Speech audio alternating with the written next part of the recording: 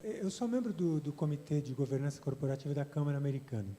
Tem um assunto que recorrentemente percorre as reuniões desse comitê, tanto trazido por especialistas internos, como também quando essas pessoas frequentam congressos fora do Brasil, que é a questão da remuneração variável dos conselheiros de administração. Como é que é a posição de vocês a respeito disso? Olha, eu sou favorável.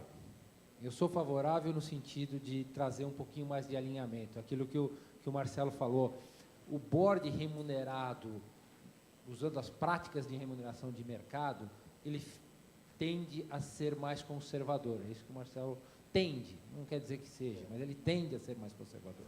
Então, eu acho que você alinha um pouquinho mais o interesse, se você conseguir montar um mecanismo de remuneração que incentive o board a avançar com mais profundidade em questões que são mais estratégicas.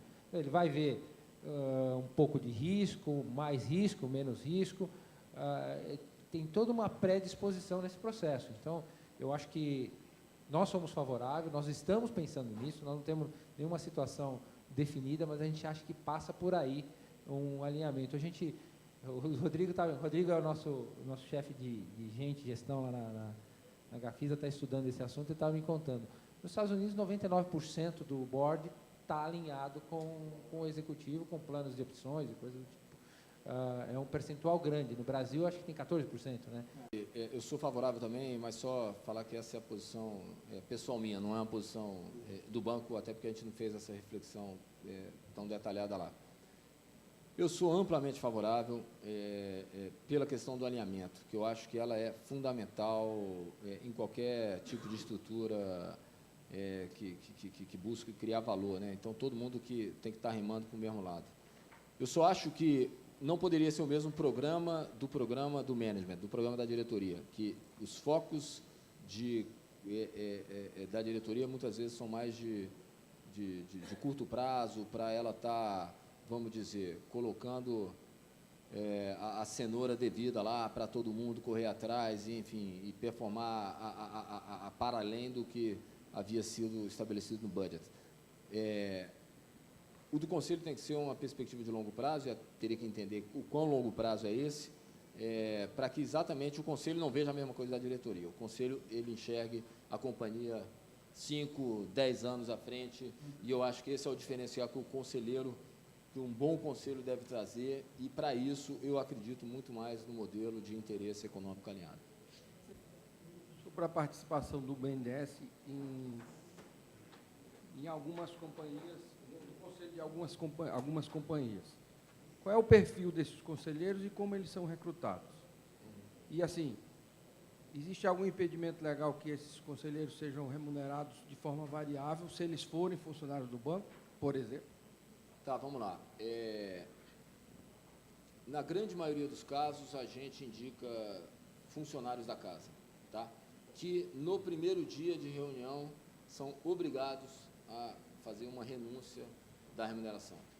Então, qualquer remuneração, fixa, variável e tal. Então, a razão disso é para um órgão como o BNDES, que é um órgão público, inclusive, você poderia, enfim, a gente teve já experiências no passado e o modelo que se mostra se mostra mais adequado para a questão da representatividade do banco no conselho é esse modelo com, vamos dizer, com gente da casa e abdicando da remuneração. Agora, nós temos, não é um modelo único, nós também temos uma política para indicação de conselheiros externos, quando a gente entende que a companhia ela já tem uma estrutura de governança definida, mas eventualmente, pela questão da composição do conselho, pode ter um gap onde a gente contribua. Muitas vezes essa indicação é feita, inclusive, com a participação de outros acionistas, tá? E aí enfim, existem regras claras que definem qual é o perfil tem que ser um perfil adequado, com a pessoa com representatividade técnica, com experiência no ramo e por aí vai. No ramo, não exatamente no ramo do setor, pode ser, por exemplo, um especialista financeiro, mas, enfim, isso na menor parte dos casos. A minha pergunta é Pro Caio, né? Caio. Caio, é quase uma provocação, vai. A gente tem falado muito em empresas top, né? Então, eles têm esses modelos de governança perfeitos, aí está muito legal. Nós estamos vivenciando agora um momento diferenciado, né? Ou seja, o aproveitamento de alguns novos negócios via algumas necessidades sociais. E daquela necessidade surge um novo negócio, o intraempreendedor, vamos supor, ele sai fazendo alguma coisa nova e a empresa não está totalmente organizada ainda para solicitar esse aporte de capital ou abrir ações, alguma coisa nesse sentido. Qual é, primeiro, se existe um critério, né, qual seria a relevância dele por parte do BNDES para aceitar? Seria a governabilidade, a governança corporativa deles, ou se ela abre mão disso em função da oportunidade? Não, olha, todo investimento do BNDES, ele tem que atender a duas coisas. O BNDES, enquanto investidor... Todo no espectro todo? Sim, no espectro todo, ele tem que atender, tem que estar na interseção de duas coisas. Número um, cumprimento de um objetivo institucional, que isso é o que nos legitima como um banco de desenvolvimento do governo, mais um banco de desenvolvimento, então, em prol da sociedade, dos objetivos da sociedade. Então, nós não entramos, por exemplo, tão somente para ganhar dinheiro. Então, essa é uma parte da equação. A outra parte é o ganhar dinheiro, que, veja, investimento em ação, quando o banco empresta dinheiro, o retorno está dado pelo cronograma de amortização do crédito e a remuneração é dada pela taxa de juros. Ponto final. O retorno dos recursos do BNDES está definido. Com a ação, quando você tem participação, o retorno, você só vai ter... O retorno só acontece, e ele só acontece sendo bem remunerado, se você se preocupa com isso na entrada, porque senão você vai pagar um preço, você pode vir a pagar preços absurdos se você simplesmente não se preocupar na questão da equação financeira. E aí seria um mau uso de recurso público. Então, é por isso que tem que se ter essa questão. Então, a gente trabalha nessas duas, na linha, com essas duas variáveis tem que estar presente. Então, é a atratividade do negócio e o cumprimento do que seja o mandato institucional do banco. Agora, um último comentário. A questão queria reforçar do elo, né? O BNDES, insisto, está presente desde da companhia que mal passou de uma ideia, por meio aí a gente faz isso por meio de um fundo dedicado, a gente não teria capilaridade para isso, que é o CRIATEP, e também companhias ainda no estágio inicial da sua curva de crescimento. Então, a gente hoje tem time, tem uma área do banco focada exatamente nisso. Então, o banco tem uma estratégia muito focada para a participação em venture capital e também toda uma indústria, e alavancado também por todo um apoio à indústria de fundos. O BNDES já lançou 40 fundos de investimento com foco em venture capital e governança. Obrigado. Pode falar. O BNDES, você falou aí que não está preocupado em ganhar dinheiro, né? Só investimento em grandes estruturas, investimento social. O funding do BNDES não hoje... Não só está preocupado em ganhar não dinheiro. Não só. Porque ele empresta a TJLP, né? E ele vive hoje praticamente o mercado aí com o Selic, então já tem essa diferença. Ele é um banco deficitário e eu queria saber o funding também, se é só o governo federal dos seus recursos ou capta recurso do mundo lá fora. Não, essa pergunta é ótima. Eu queria falar duas coisas bem rápidas. Primeiro, o BNDES é um banco muito lucrativo, ele tem um retorno sobre patrimônio líquido da ordem de 25%, que não anda muito distante do que é a indústria bancária no Brasil, tá? Só que com um modelo de negócio diferente. O modelo de negócio diferente o crédito é feito com TJLP e o funding disso é o FAT, que é um recurso constitucional que é depositado todo ano no BNDES, e, obviamente, nos últimos 2 anos, por conta, especialmente, das questões da crise, o banco recebeu aportes adicionais do Tesouro. Bom, a outra parte, isso daí vem talvez a menor parcela do lucro. Essa atividade ela é lucrativo. Agora, a maior parcela do lucro vem exatamente da carteira de ações do banco. Então, a soma das duas coisas dá um retorno sobre o patrimônio líquido, como Então, eu não te é falei. deficitário, é superavitário.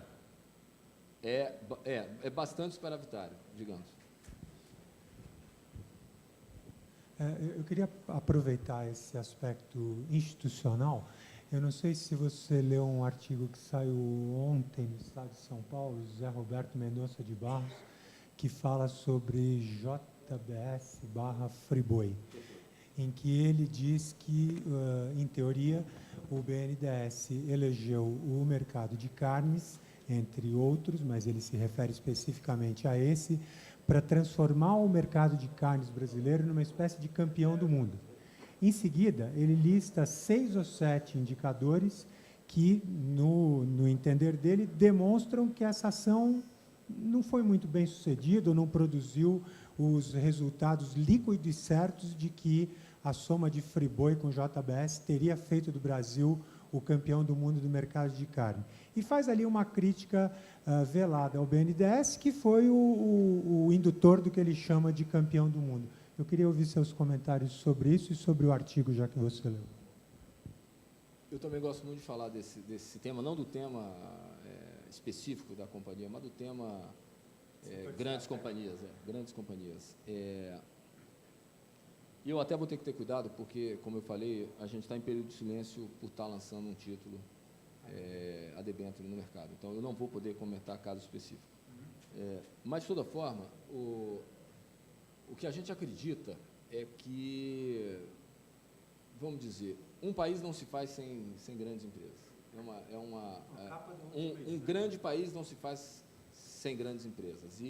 E a gente induzir esse movimento nos parece que está dentro do mandato institucional do BNDES. Então, a gente nos enxerga como catalisador desse processo. E, obviamente, isso não é indiscriminado, isso atende a critérios e atende a situações e a indústrias onde a gente entenda que o Brasil tem uma vantagem competitiva muito clara, onde haja um diferencial competitivo por gestão. Eu acho que nós temos diversos setores onde isso faz a diferença. Nesse setor de alimentos, claramente, nós temos uma vantagem competitiva daquilo que é o produto brasileiro e nós temos uma vantagem competitiva pela gestão. A indústria de alimentos é uma indústria estratégica. Se você imaginar o ritmo de crescimento da população vamos dizer, a inserção na economia de um volume cada vez maior de chineses e indianos, por exemplo, torna as perspectivas da indústria de alimentos desafiadoras e a quantidade de comida que vai ter que alimentar o mundo até 2050, o número eu não sei te passar, mas é uma coisa assustadora. Então, novamente, olhando o longo prazo, é um posicionamento estratégico que a gente entende que o país tem diferenciais de custo e de gestão que permitem se assumir uma posição de liderança global em diversos segmentos. Então, não é mais... Sendo esse um deles. Não é mais uma questão de campeão nacional, é uma questão de campeão global. E acho que não há nenhum ufanismo nisso. As operações são todas feitas em base de mercado e aliás, eu esqueci de falar isso. O funding para a operação nossa, da Bendespar, é um funding de mercado, não é TJLP, tá certo? Só para deixar claro, a TJLP ela é destinada ao crédito para os projetos de investimento. Então, é nisso que a gente acredita. Então, eu não posso... Eu teria como colocar aqui, fazer uma crítica um pouco mais... passar um pouco da nossa visão, mas aí é entrar no comentário específico do ativo, e aí eu estou até limitado, eu gostaria de poder, mas eu não posso fazer isso. A CVM pode apertar minha orelha.